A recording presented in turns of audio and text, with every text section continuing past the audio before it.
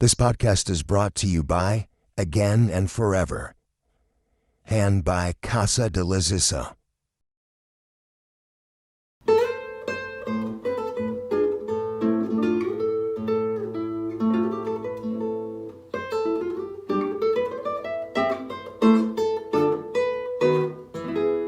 Taking a look at Sarabande, written by Robert Devisay, who was a court musician for King Louis XIV and Louis XV in France. And so he had a prominent role in music and lived a long life. For those days, the life expectancy was probably 30 or 40 years, and he lived to be 70. He was born in 1755, about 30 years before Bach, and dies in 1725. So this is a little bit earlier tradition in terms of the Baroque period, and this piece was written roughly about the time of Bach's birth. What we're going to talk a little bit about is ornamentation. This transcription that I'll be playing from is in the Frederick Notebook Solo Guitar Playing, and it's a beautiful piece. Characteristic of the dance, Sarabande was a dance, and it was a part of a suite. So in a suite, we have a collection of dances. And in this particular suite, which originally was in the key of D minor, it would begin with a prelude. And then there was an Allemand, which was a German dance. And then we have this Sarabande, which is French dance. Yeah? And it's in 3, with an accent on beat 2. Now, why is that the case? It's because of the dance itself. 1, 2, 3, 1, 2, 3. So it's really an important part if you're going to be playing dance music, that you're emphasizing the most important parts of it. If we contrast that with a waltz, 1, 2, 3, 1, the push is on toward from beat 3 to beat 1. And in this case, it's from beat 1 to beat 2. But our focus is really ornamentation today. And in the practice of Baroque music, it was expected that a performer would insert embellishments. They would add notes to the written score, and that in part would be improvised. In other parts, there would be kind of codified by the fact that there was the use of ornamentation such as a trill and a mordent. And there were a variety of different types of trill. Today we're just going to focus on a very basic trill, 4 notes. Where would you put a trill? Is it marked into the music? Sometimes it is. Sometimes there will be a little squiggly line above the note itself, and that indicated that the note was going to be trilled. And oftentimes the trill would occur in anticipation of the resolution. So we'll see this case on the second example. Sometimes the trill was inserted on the last note of the phrase.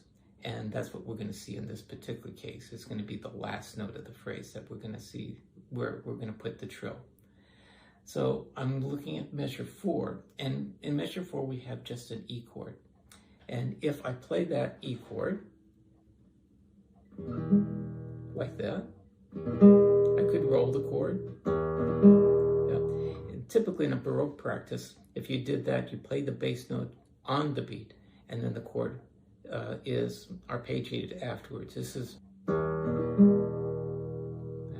getting back to trills. If we insert a trill on the note G sharp, the top note of that chord, we could simply just add the note A above that and then resolve it. We call that an appoggiatura. This is a non-harmonic tone, and it'll kind of have a sigh to the G sharp. So that could sound,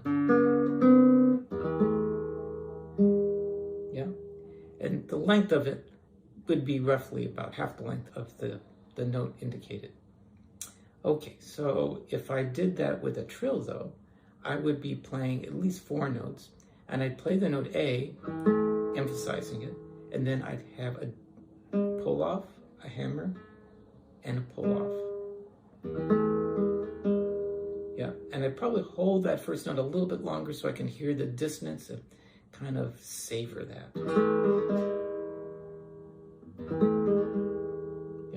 but the last note is the G sharp, and it would be the softest. So if I go back a measure, yeah. Now, is there a preference? Well, roughly we would expect normally we'd hear a trill, but as C.P.E. Bach, one of Bach's eldest children, wrote, it should always have some ornamentation at the end of a phrase like this. If nothing less, at least add an appoggiatura, is what he said. At least add that, yeah, but preferably the trill. Okay, another ornament that we can do as part of a trill is one which we call the across the strings trill. And in measure 7, we have a case where we have a dotted note D on the top with the F in the bass, then a bass note here, and then the note E, and then the E chord. So in this case, rather than doing the trill on the last note, we're doing it was set up in the cadence, the last group of chords, to set up this trill on the second beat. So it could be done across a string, or it could have been done on the second string. But a lot of guitarists, we will prefer to do it across the string because it's a little bit stronger.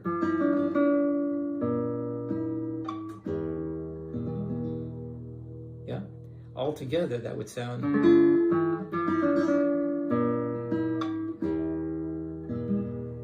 Yeah. And you may notice, if you're looking at the score, I strummed on beat 2 rather than on beat 1. I played 2 notes together and then the strum on beat 2.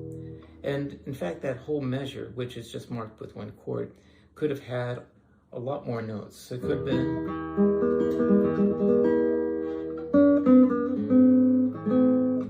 let's go back to the repeat. Okay, I'm going to add one more ornament into this video, and that is the mordant. The mordant is a very short ornament, which starts on your main note, and it's the one that would have been written. And then you go down a semitone with a pull-off, and then a hammer. Yeah, similar to ba-da-dum, ba-da-da-dum, if you've heard that very famous toccata by Bach on organ that began with an ornament, with the mordant. So we could even start this piece with a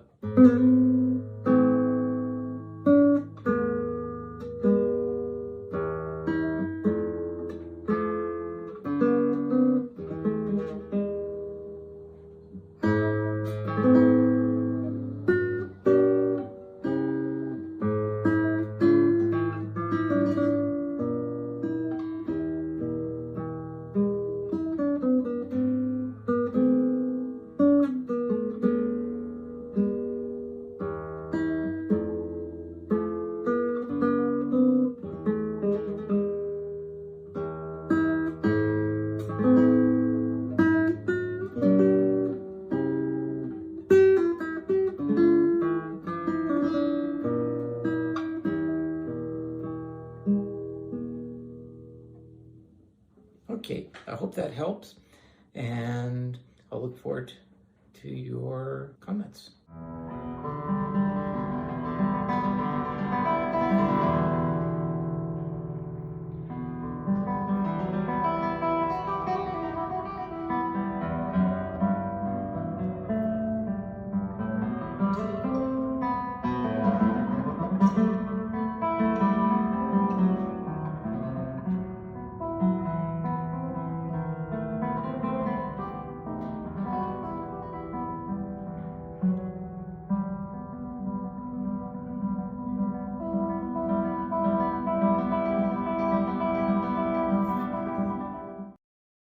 Of members of a so-called religious cult, with a leader they called Zisa, has had 2 of its followers arrested in the investigation of the murder of Sharon Tate and 6 others. Those arrested are 2 women and 1 man, and the Los Angeles police said they would ask murder indictments against several others. 5 women are being held as material witnesses.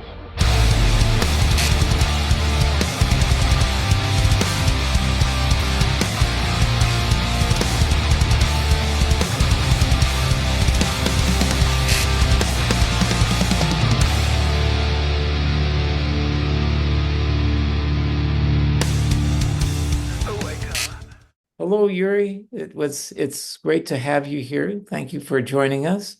And I'm glad that we have an opportunity to kind of chat about all the latest things that are happening in your life.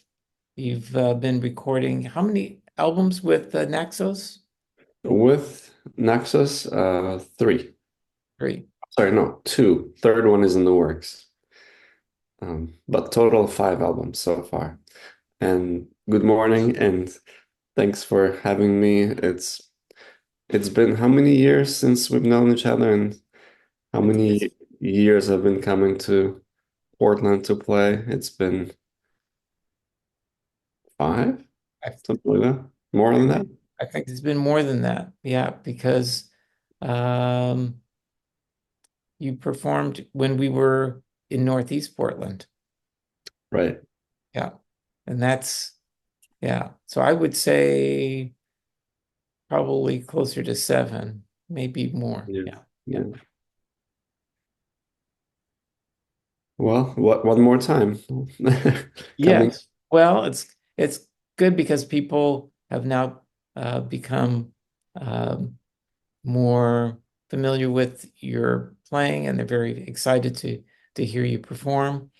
I know that we have now survived the pandemic, so hopefully people are coming out more than they were during the pandemic. We had a bit of a kind of a moratorium on live performances, and so we're still, I think, working towards regaining our step on that. But people who are coming to the performances are really finding that they have really missed it and are really enjoying it. So, Yeah, nothing like a live performance. You cannot replace it with watching it on screen. Um, so yeah, I'm glad it's an option again after the pause. yes, yeah,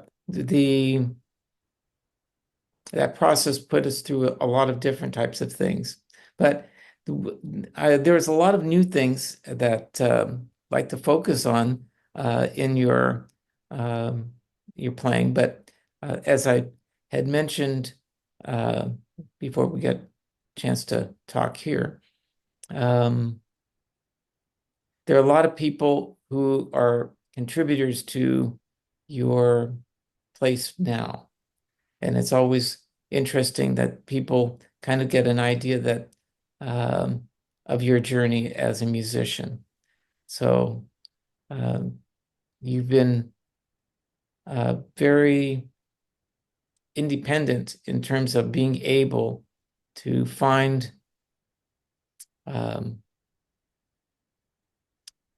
connections with very prominent guitarists, and your journey in terms of your early studies in Russia and in Israel were really, I think, important. But the continued success that you've had has been mostly because of how hard you work at it and your continual uh, efforts to really challenge yourself. The repertoire that you choose and the composers that you're championing, I think, are a part of what I'd like for people to get to know about your playing and who you are. Thank you. Maybe we can talk first a little bit about the latest album that came out this September. Okay. That could be a good starting point. And I have it right here. So, music of Astor Piazzolla. And he is just a very well-known composer, a great composer, who wrote mostly for his quintet, for his group. And well, his background is in tango music. And he basically created a whole new style called tango, nuevo tango, which means new type of tango, because before that, the traditional tango was dominating the field. And what basically nuevo tango is a little bit less of a tango that you can dance to, but more of a compositional masterpiece or masterpieces. And he went on to study with very famous composition teacher Nadia Boulanger in France, who also taught many well-known composers, American composers included, such as Steve Reich, John Adams, and the list just is huge. She was very prolific. Was a very prolific teacher. And there is a story when he came to her. She asked him, "Well, show me what music you write. What's the style?" And he showed her some classical compositions such as fugues um, and she listened to them and she said good things about them, but she also said that, but where's your soul? What do you really like? What's really what are you about? And he said that he really likes music of his country, Argentina, and specifically tango music. And he showed her some of the compositions that he has done in that style. But he also mentioned that he was a bit shy of it because tango music originally came from nightclubs and bordells, and it's not like a sophisticated kind of music. And he was a bit, I guess, shy is maybe is the word.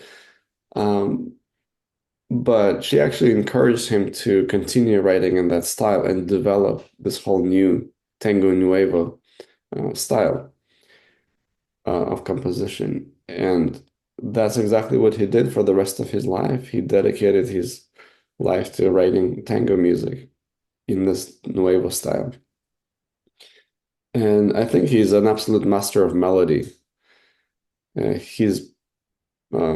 example, if you take Oblivion, that melody is just timeless.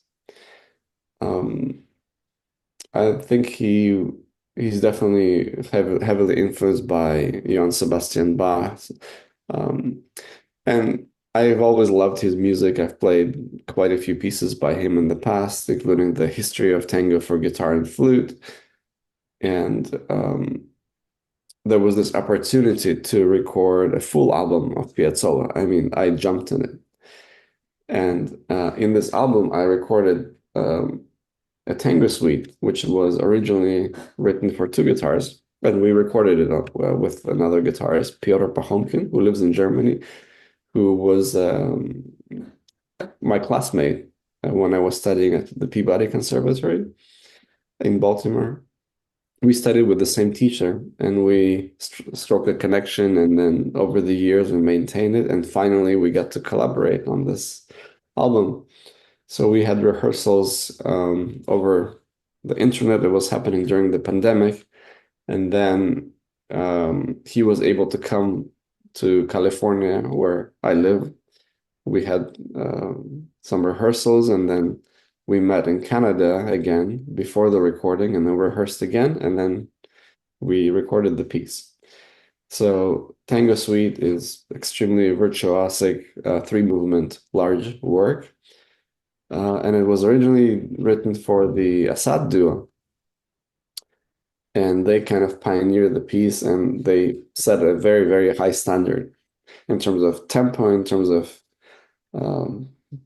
I mean, there were also, well, I was going to say, well, they're South American, they're Brazilian. Astor Piazzolla is from Argentina. But as I mentioned, the piece was written for them. So, but we didn't take the approach of trying to mimic what they did. We had our own spin on the piece. and I think we played it a bit differently. And then on this album, I also have Oblivion. It's my own arrangement of the piece that Piazzolla wrote for his quintet. And then La Muerte del Ángel, Death of an Angel. That's also an arrangement by Leo Brouwer. And then a big piece is called Cinco Piezas, 5 pieces. That's the only piece that Piazzolla wrote for solo guitar, actually. And I've never played it before, and I found it to be very, very challenging in a way, but very interesting. It was a great experience to learn it. And then tango etudes that were originally written for flute, solo flute. And one might wonder, how is it played on guitar? Well, it had to be adapted, arranged for the guitar. And additional harmonies were added because guitar is a polyphonic instrument. It can play multiple notes at the same time. And my former teacher, Manuel Barrueco, phenomenal guitarist, he made the arrangement.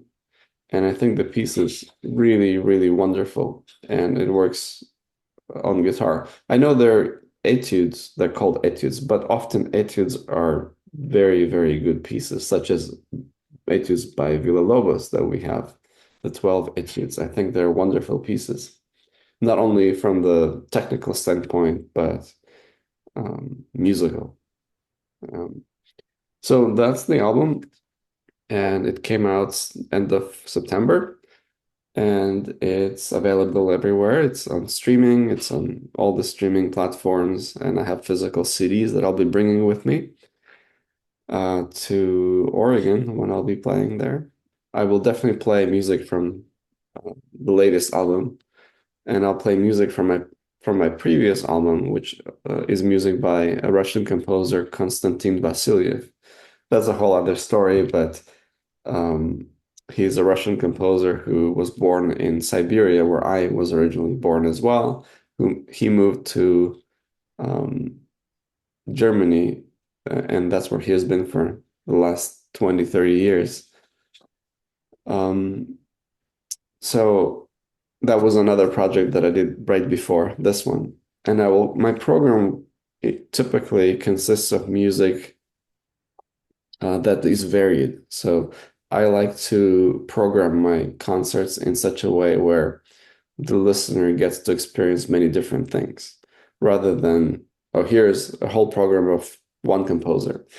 I find that it's much more engaging, and people can stay engaged for longer when there's such a change of style, often mood.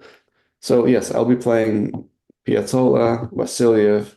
I'll also play a bunch of South American music, including Antonio Lauro, including, let's see, I have a whole list here. Ernesto Nazareth, Leo Brouwer, and I'll also do some Barrios, and a couple more things that will be on the program is Elegy by Johann Caspar Merz. And the reason why I'm including elegies, because my next project is going to be music, an album that consists of elegies as well as tombeaus. And tombeau in French means a tombstone. So after someone dies, music is written to celebrate the person that passed away. So yes, a little glimpse of the new album in this program as well.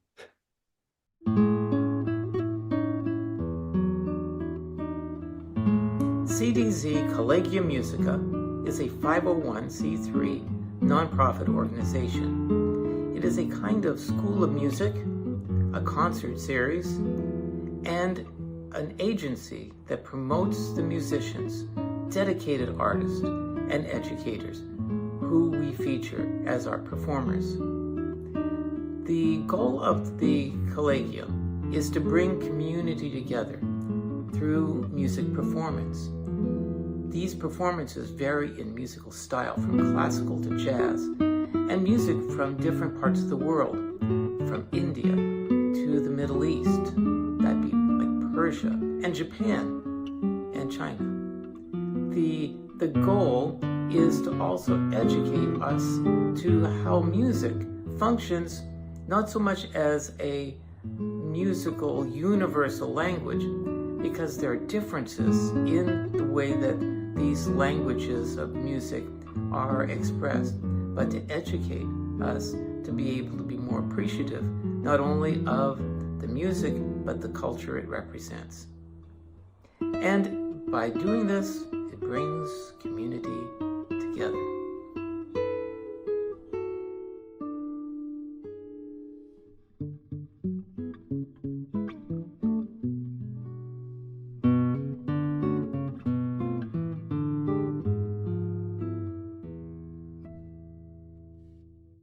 There's so many great pieces of music that are on that theme. It's either going to be a very, very daunting task to be selective, or you may have to have two CDs.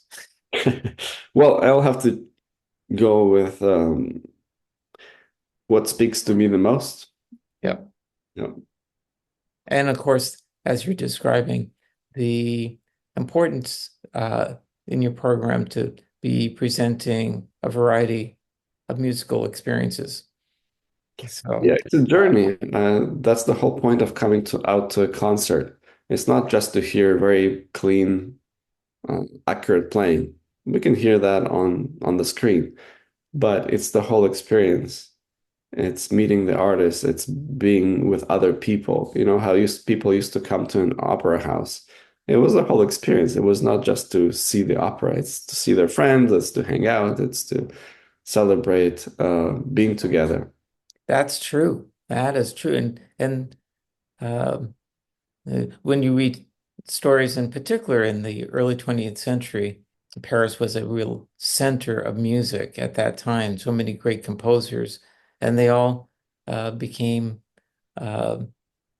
friends or rivals, and sometimes enemies. A lot of intrigue that developed, but people went to concerts with anticipating not only what they were going to hear, but also the people they would be able to talk with and socialize with. So that is an important part.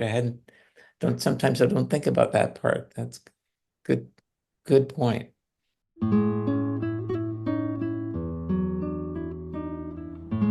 CDZ Collegia Musica is a 501c3 nonprofit organization. It is a kind of school of music, a concert series, and an agency that promotes the musicians, dedicated artists, and educators who we feature as our performers. The goal of the Collegium is to bring community together through music performance. These performances vary in musical style from classical to jazz, and music from different parts of the world, from India to the Middle East, that'd be like Persia and Japan and China. The goal is to also educate us to how music functions, not so much as a musical universal language, because there are differences in the way that these languages of music are expressed, but to educate us to be able to be more appreciative, not only of the music, but the culture it represents. And by doing this, it brings community together.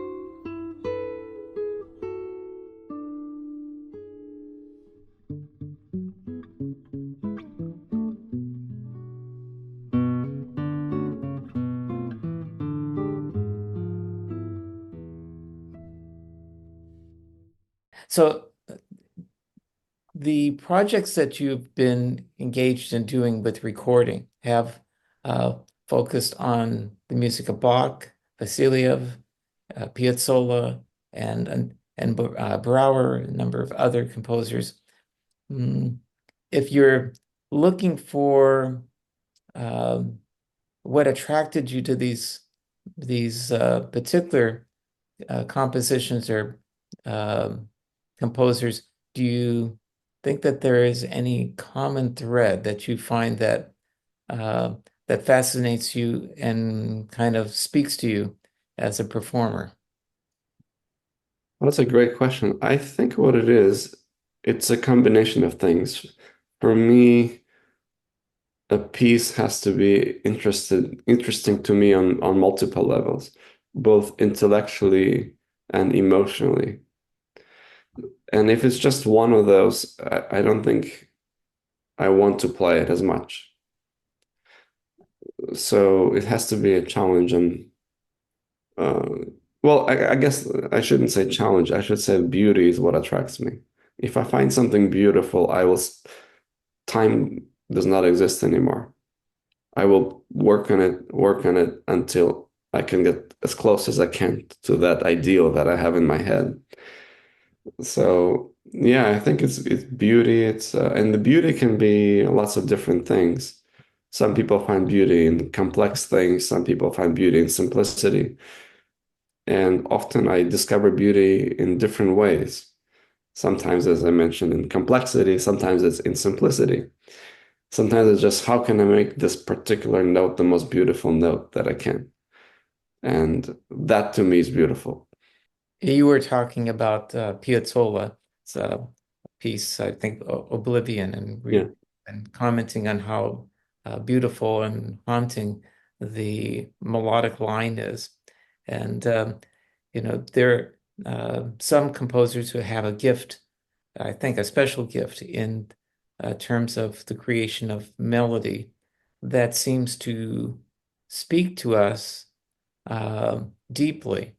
And I've tried to think about that in terms of as a performer myself, of why is it that we have that response to some melodies. And I think that in part it has to do with the fact that the melodies themselves reflect a little bit of what our spoken languages are. And to the degree that we are being stimulated by the not the words, but the emotional impact of the tone that uh, actually portrays the heart of the words, that seems to touch us in a real profound way. And then Well, sorry, so to interrupt you, but I just didn't want to lose this thought, and I know it could happen very easily with me. Um, I just realized when you were telling me this, when we hear language, we still have to interpret it into emotions and feelings. So just the words don't mean much, if anything at all. So what actually has carries meaning is how we interpret it. And music still carries all that same information, but without concrete words. And so that's why music is so powerful. Sorry, that I did not want to interrupt you, but I no, didn't want to. I agree. I think that is very true.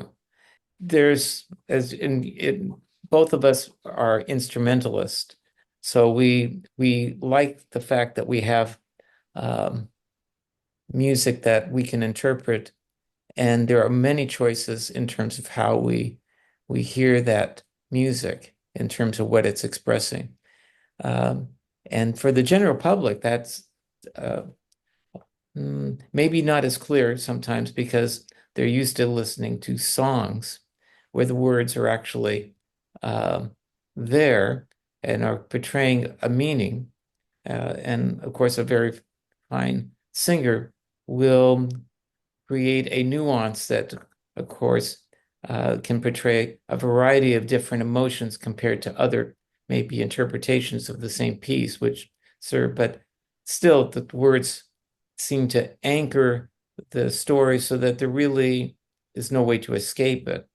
Uh, and yet at times it's not the it's not the words that are bringing us into the music itself. It's the tones of the music.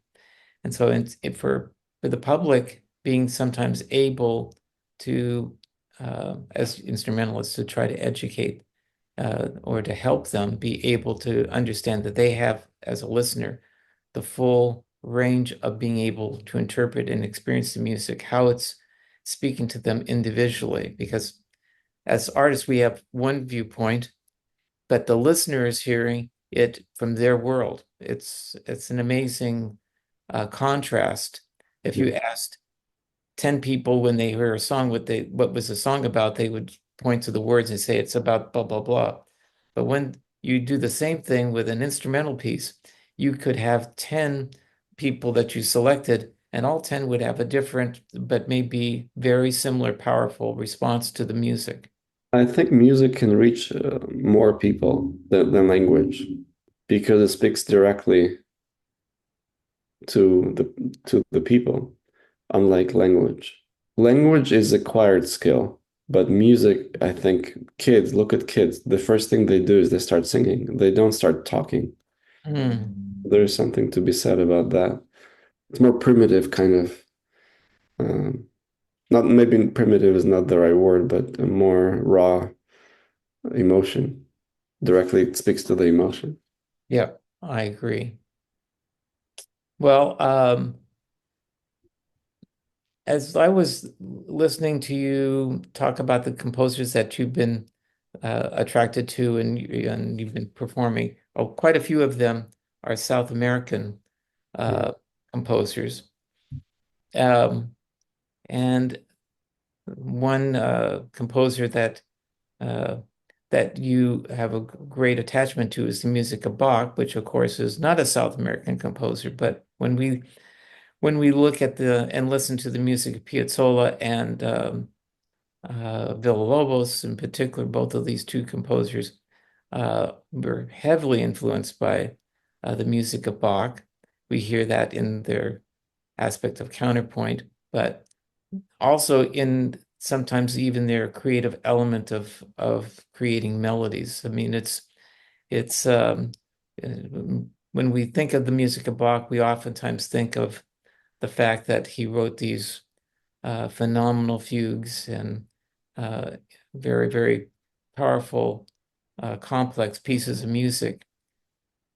But if we're looking at a piece of music, say, written for a violin, which may have less element of counterpoint than keyboard pieces or choral pieces, we find that, again, it's the power and expressiveness of the melodic ideas that are there. Do you find that as you're maybe playing pieces of music that you recognize that maybe commonality between the two as we were talking about music that touches the heart? Oftentimes melody seems to be, to me anyway, the primary voice. Absolutely. I think melody is the heart of it. And music without melody, I don't know, I'm used to music with melody. Yeah. I think that that's one of the elements that may cause a response in terms of when you're looking for, because I really enjoyed the pieces of music that you performed that were modern pieces, but there was still an element of melodic development and powerful contrasting modes of expression that were part of the pieces themselves. I'm wondering, as you're kind of going through and playing pieces of music and you're being selective of what piece, because there's so many great pieces of music to select from, what causes you to gravitate to those pieces is that they speak to you more profoundly than other pieces of music that may be available. Yeah, it's that emotional response that I have to those pieces. And often it pretty much always is the melody or well, it could be other things. But melody is definitely up there. Your performances here have been very well received, and people have been spreading the word and sharing how much they've enjoyed your performances over the years. I think that this is probably about 7 years or maybe more that you've taken time to visit Portland and grace us with your music, and people are most appreciative. So we'll look Thank forward to you. that. And this is probably the most important part of it all is coming to see my friends, coming to see people that I see almost every year, um, and to reconnect with them. And music is nothing does it better than music, playing for those people and showing them what I've been up to and sharing it with them. Very good. Yes. I th um, and I think that that's, what makes live concerts a real actual community event rather than something that is kind of on a screen in person, where you get a chance not only to hear great music uh, and see your friend perform, but also to see your other friends who are there for the same reason. And frequently afterwards, people like to go and get a cup of coffee or a beer or what have you, and continue the conversation about their week and also how the music spoke to them. And what I want to ask you some questions about um arranging. Yeah, so the aspect of arranging pieces of music, what um if you've got a piece by Piazzolla and is written for several different instruments, one of the hardest decisions is what to edit out and what to keep in, and how do you fit it all on one guitar? So, um, as an arranger for guitar, uh, how did maybe you want to speak about this in a particular way about a particular piece, or maybe you would prefer it more general? But what are the challenges? Um, hmm.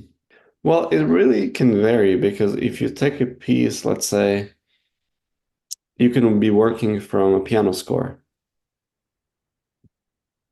Um, I find that if you're working from a piano score, it's quite easy because it's typically not extremely dense because you can get rid of repeated notes. Um, but of course, orchestral score is more difficult. You have to read the multiple clefs and um, make it compress it quite a bit. But if you're arranging from a string instrument, that's a different challenge. It's not so much the polyphony, it's more um, how do I preserve the melodic line? How do I make it work in terms of fingerings on the guitar and the tuning of the guitar? Maybe it needs a different tuning. Maybe it will work better with a different tuning. So sometimes you are starting on one path and then you realize, well, maybe I should try different tuning. Maybe it will be better. Um, it really depends on what instrument you're arranging from. I don't think there's one answer to how to arrange for me. But yeah, ideally you want to preserve as many notes as you can, if to the extent of possibility of the instrument and the player.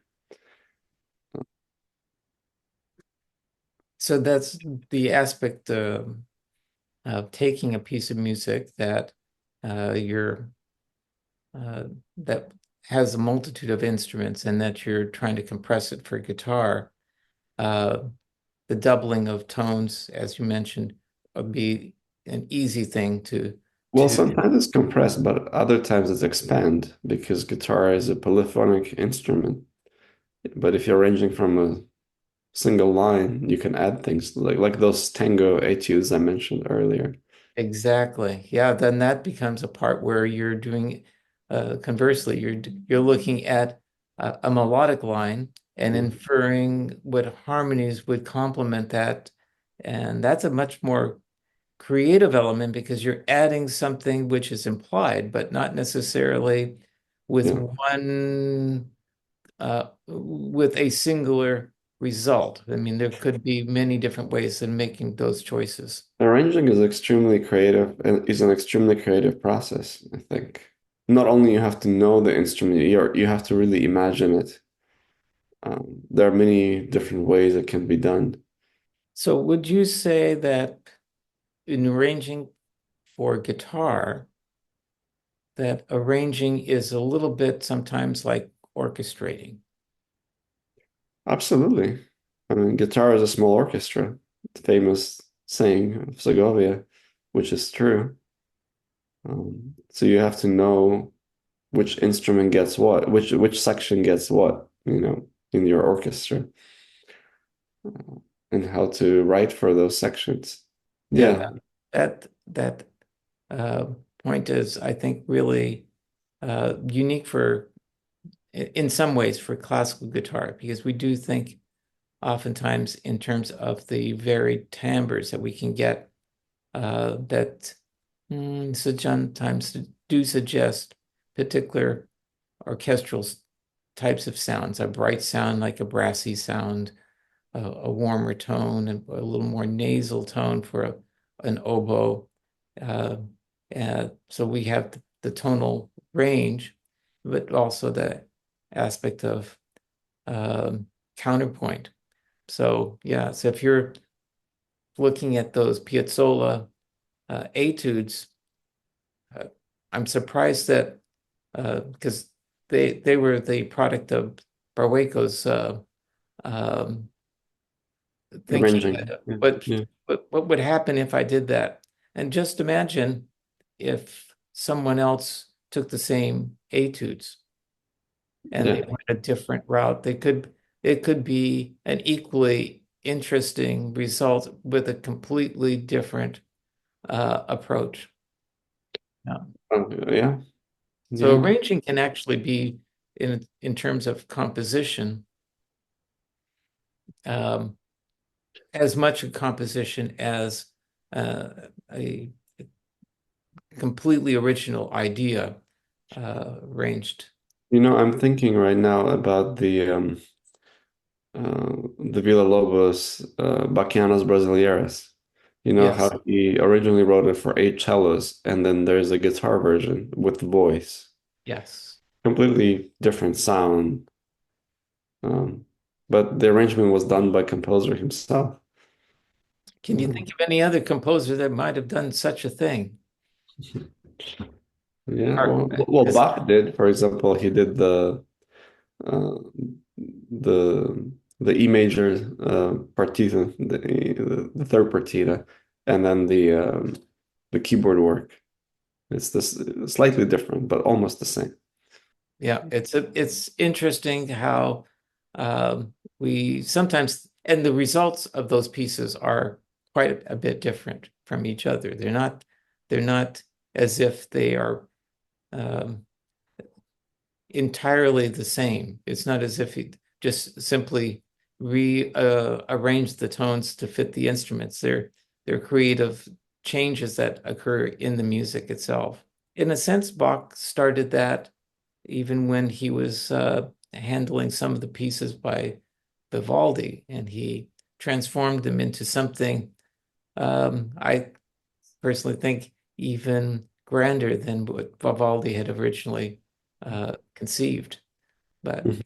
yeah, so so good. When we're working in that area, I know you have also kind of been um, doing some original compositions without the arranging, and that I think has um, you know been really delightful. I noticed when you did put a couple of those things up there that people really were happy to hear those. So I hope that you won't you know be shy about including them.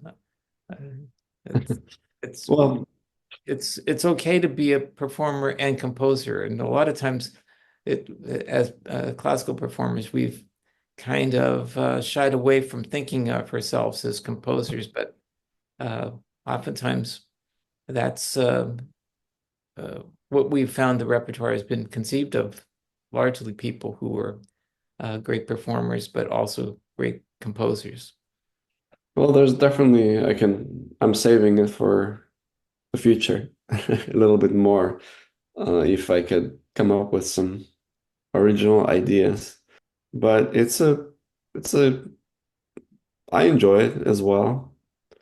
Anything with music I enjoy and exploring, um, seeing what can work and what doesn't work, um, and learning from it. And I understand that in order to write a good piece, you have to write hundreds of bad pieces.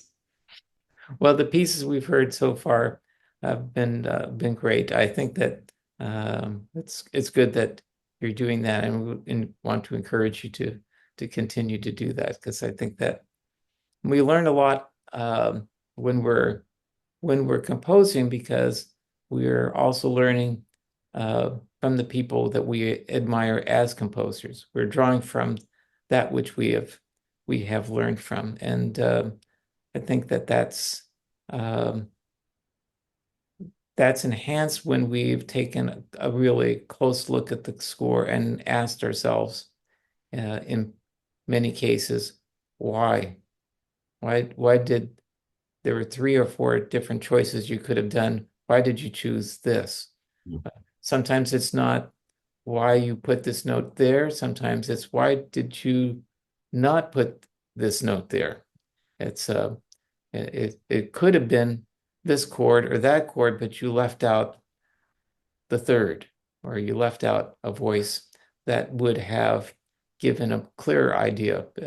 Being ambiguous sometimes in composition is done stealthily and in a craftsmanship that leads to a very surprising result. So, and when we're arranging, that we have to do the same kind of things too with the end product. Yeah. It's an art to know what to keep and what to remove. So the structure still stands. Yeah, Yeah. very It's like good. cooking. It's like cooking. You, you don't want a million ingredients. You just want the important ones. Yes. And it's important to know that um, if you're cooking for yourself, you can put as much of this or that. But if you're cooking for someone else, Right. it may be a good idea to be less liberal about how much you put your favorite ingredients in. Yeah. Yeah. Uh, You have to consider their preferences. Absolutely. Speaking of that, when you're crafting a program, how do you, I mean, you did speak about mm, having, a variety Yeah. of things that you think that the audience will uh, respond to. And so when you're crafting a program, um, how do you have a particular process that you're trying to work from? Do you have yeah, Yeah, well, I take some time to think about it. And what I do is I have multiple criteria that I keep in mind when I decide on the order of repertoire or the pieces. Some of them are physical limitations. Um, I'm not probably going to start with the hardest piece I can, on the program right away. Or I don't want to have long pieces one back to back because I want to give the listener a bit of a break. I want the keys to work. So let's say I don't want 30 minutes of E minor. But also I don't want a drastic change from like a big jump. Um, so I consider the keys as well. I consider the mood. I consider the length of each piece. The also the style. So I don't want to be jumping too much from, let's say, this piece is from South America, this is piece from Asia, and then back to South America. That doesn't make sense as well.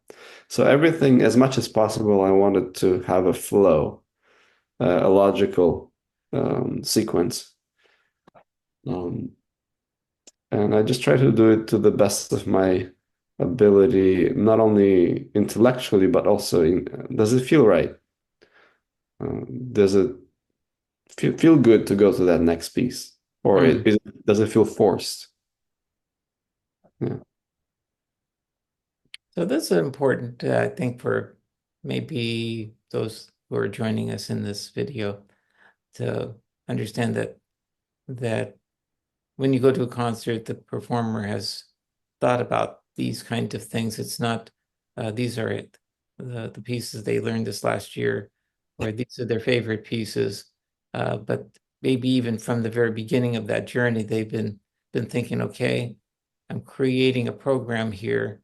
How what kind of pieces would work well together, and are there similarities or differences that would be not just interesting, but especially pleasing and important for the audience, that you're thinking of your audience as well as you're thinking of the artistic integrity of the effort. That's an important part.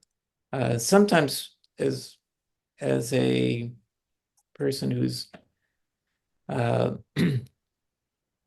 scheduling concerts and hearing different performers, some performers are better at crafting that set of order. And it seems to just flow very easily, that you don't really recognize the passing of time. Yeah. If it's not done well, you could find yourself saying, well, I want to go someplace else. Yeah. You know, the aspect of knowing what you perceive your audience's response is going to be. Of course, it's not an absolute science. There have been times when performers have chosen pieces of music that I was not sure the audience was going to respond positively. You know, how would they react to this or that? And sometimes very surprised if the performance of the piece is convincing, Yeah. that even if it is a stretch from what they may have experienced before, that they, if they bought into everything, that they will likely not only find it interesting, but it might be the highlight piece that they most enjoyed. And so I think that it's another important part when you're putting together a program, not to be afraid to take some chances, which will challenge an audience and, of course, the performer too, because you've got to do two things. You've got to sometimes masterfully be able to control the result and then convincingly express it on stage. Yeah. Yeah, absolutely. Many good things for you in the future year. And Thank you very much. yeah, lots of great things. We didn't talk about your new job and everything, but we can do that another time. It's okay. Have All a right. good day. Enjoy. Have a I hope great my day. car comes back today. I'm sorry? I hope my car comes back and Oh. I turn on the fan. It doesn't make that. I thought that I was driving a B-52 bomber the other day when I turned on the fan. It went. It was just like it's gonna come completely apart. I think I better bring it in. I think I It's waited. getting worse. It's gotten worse. Yeah, it got terribly. It's so bad that it was just saying I might just explode. Have a Well, I good hope rest it's of the fixed day. today. Yeah, thank you so much.